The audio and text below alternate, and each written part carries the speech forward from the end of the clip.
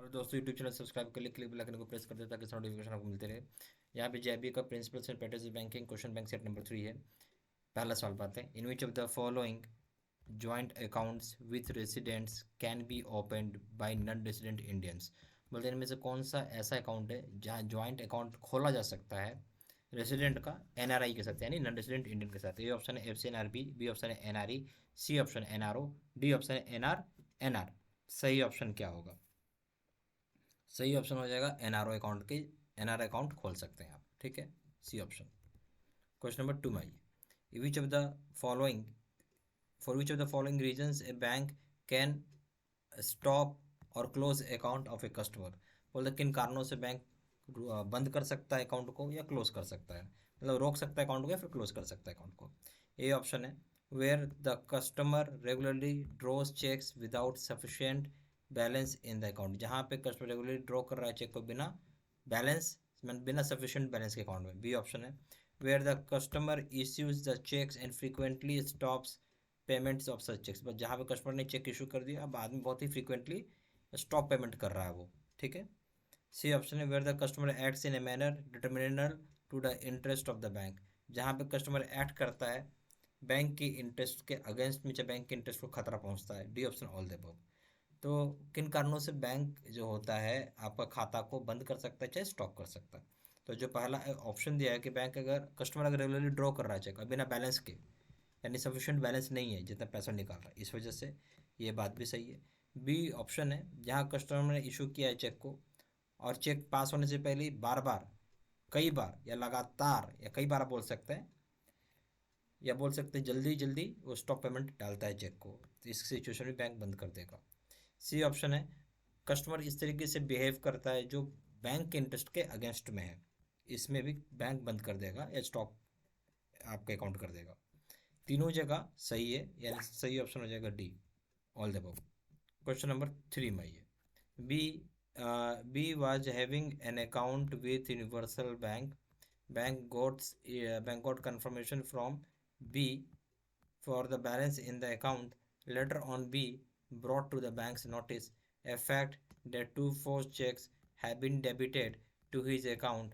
Bank, however, claimed that the customer has already confirmed the balance.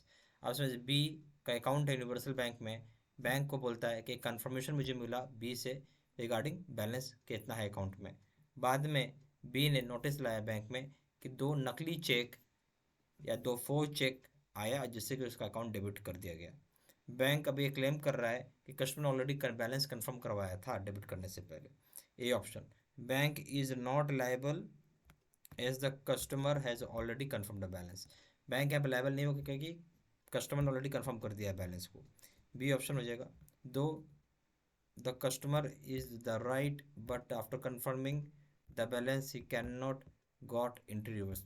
बोलते हालांकि customer सही है अपनी जगह बट एक बार बैलेंस कंफर्म होने के बाद वो रिवर्स एंट्री नहीं कर सकता है। सी ऑप्शन है bank is liable for the force cheque and it has to reverse the entry. Bank यहाँ पर लायबल होगा जाली चेक के लिए और एंट्री को रिवर्स करना पड़ेगा।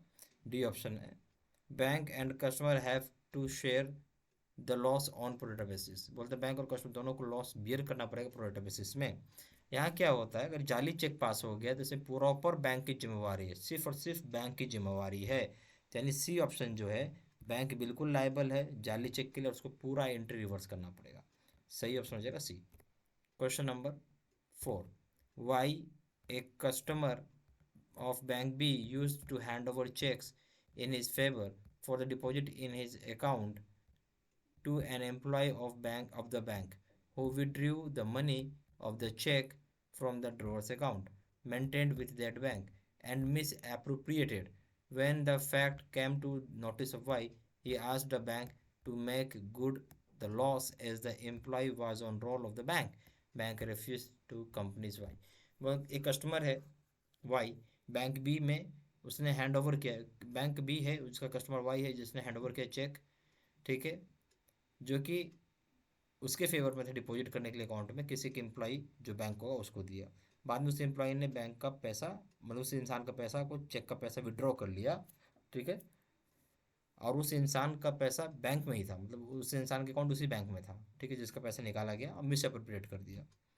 बाद में बात पता चली वाई को, उसने बैंक को बोली जो भी मेरा नुकसान हुआ एम्प्लॉय जो कि आप ही का बैंक का पेरोल का है और उसको मैंने चेक दिया है, तो आप बैंक मुझे पैसा भरे। बैंक रेफ्यूज़ करता है कंपनी वाई को, ये ऑप्शन है। बैंक हैज़ द राइट, ये ऑप्शन क्या है, सर बैंक नहीं, Y has the right to proceed against the bank, Y के पास अधिकार है बैंक के अगेंस्ट प्रोसीड करने का। B option, Y has the right to proceed against the bank and also individually against the employee. बोलते Y के पास अधिकार है कि बैंक अगेंस्ट प्रोसीड करेगा, साथ साथ इंडिविजुअली एम्प्लॉय के ऊपर भी प्रोसीड करेगा। C option, bank is not liable since for handling over the cheques to bank employees. बोलते बैंक यहाँ पे लायबल नहीं होगा जहाँ हैंडलिंग ऑफ चेक्स की बात होगी बैंक एम्प्लॉयज का। And the hand over hand bank had never authorise the employee, यानी बोलते बैंक लायबल नहीं होगा जहाँ आप हैंडलिंग कर रहे हैं चेक बैंक एम्प्लॉय को, बैंक ने कभी भी ऑथराइज नहीं किया इस काम के लिए किसी भी एम्प्लॉय को। डी ऑप्शन है, bank is not liable for the actions of its employees even when these are during the banking hours and on the behalf of the bank. बोलते बैंक यहाँ पे लायबल नहीं होगा जो भी बैंक जो भी एक्शन होगा एम्प्लॉय का, बैंक लायबल नहीं होगा एम्प्लॉयज़ के एक्शन के लिए, भले ही बैंकिंग आवर्स में क्यों ना किया गया हो बैंक के बिहाफ पे।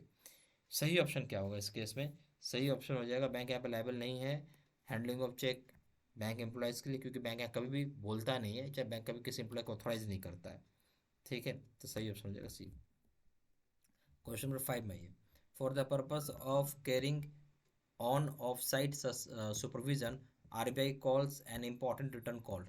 बोलता है जहाँ पर्पस होता है कैरी करने का ऑफ साइट सुपरविजन, तो आरबीआई ने यहाँ पे इंपॉर्टेंट रिटर्न को बोला है। कौन सा रिटर्न है, A option basic statistical return जिसको बेसआर बोलते हैं, B option XOS return, C option R return, D option है डीएसबी रिटर्न। सही ऑप्शन क्या हो जाएगा, सही ऑप्शन हो जाएगा डी, डीएसबी रिटर्न हम इसे बोलते हैं। Question number 6, under section 38A of banking regulation act, when the high court orders liquidation of bank, which among the following can be the liquidator।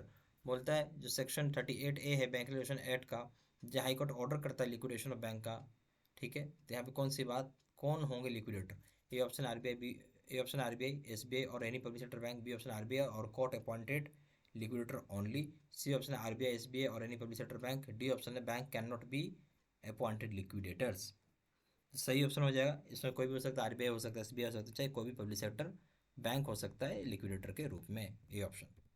Question number 7 में, x a customer of popular bank had deposited an amount of ₹12,500 in his saving bank account which was created by the bank in the account of Mr. Y, the relationship between the bank and Y is। बोलते हैं एक customer है popular bank का जिसने पैसा जमा किया 12,500 रुपये सेविंग बैंक अकाउंट में, जो कि बैंक ने क्रिएट कर दिया मिस्टर वाई को, एक्स का वाई को क्रिएट हो गया। रिलेशनशिप बैंक और वाई का क्या है, ये सवाल है आपसे।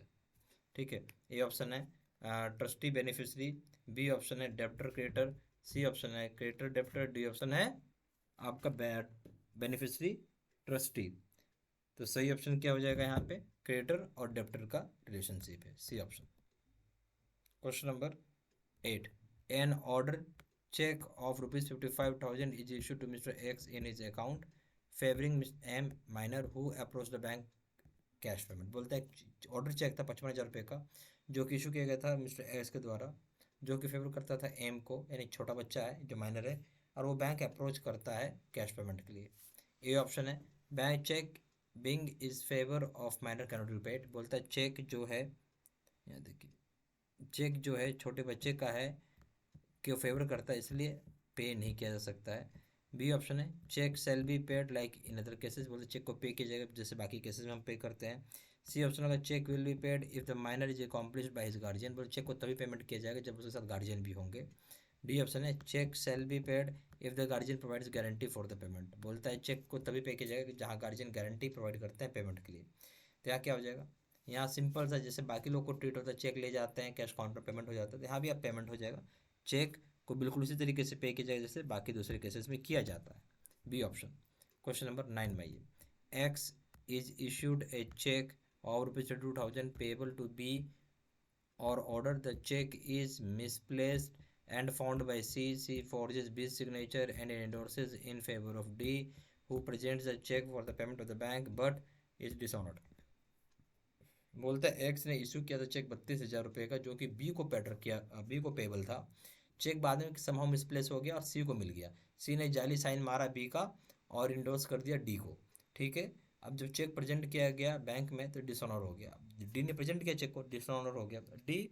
अब ये option D can recover the amount from X B and C, B option है D can recover the amount from X and B only, C option है D can recover the amount from C only, D option है D can not recover the amount from C only. देखिए यहाँ endorse कौन किया था, B ने indoor सी ने endorse किया था, ठीक है, डी को, तो सी से ही केवल डी पैसा रिकवर कर सकता है, तो सही ऑप्शन हो जाएगा C. Question number 10, mister Z gets a demand draft issued from the bank in favor of his son S, who is to visit another town in connection with some business purchases. He requests bank to substitute the word order by bearer in demand draft DD that his son so that his son does not face any difficulty in the new town. बोलता है कि Z जो है वो demand draft में, mister Z जो है उसको डिमांड ड्राफ्ट दिया गया जो कि इशू किया गया बैंक से, जो कि उसके फेवर करेगा सन को, और विजिट किया किसी दूसरे टाउन में जहाँ पे कोई बिजनेस परपसेज खरीदने के लिए जा रहा है। उसने बैंक उसके जेड यानी जो फादर थे इसके, उन्होंने रिक्वेस्ट किया कि वर्ड जो है यहाँ पे ऑर्डर की जगह बियर कर दिया जाए डिमांड ड्राफ्ट में, ताकि उनके बच्चे को कोई दिक्कत ना आए नए टाउन में। ए ऑप्शन है bank can not, A option क्या, bank can not do so as it will be in violation of section 31 of NI act, बोलते बैंक ऐसा कर नहीं सकता है क्योंकि वॉल्यूशन होता है सेक्शन 31 ऑफ NI एक्ट का। बी ऑप्शन है bank can do so if Z is dependable customer, bank ऐसा कर सकता है अगर जेड डिपेंडेबल कस्टमर है तो। सी ऑप्शन है bank can not do so but it can attach the signatures of S on a separate slip of paper which can be use for identification purpose. बोलता है बैंक ऐसा कर सकता है, sorry bank ऐसा कर नहीं सकता है, बैंक ऐसा कर नहीं सकता है, बट यहाँ पे क्या करेंगे, जो बच्चा है एस उसका सिग्नेचर को टेस्ट करवा देंगे सेपरेट स्लिप ऑफ पेपर में, जो कि आइडेंटिफिकेशन पर्पस में काम आएगा। डी ऑप्शन है bank will not look into the issue as problem is of Z not bank, bank इस सब चीज़ों में नहीं ध्यान देता है क्योंकि ये प्रॉब्लम जेड का है ना कि बैंक का है।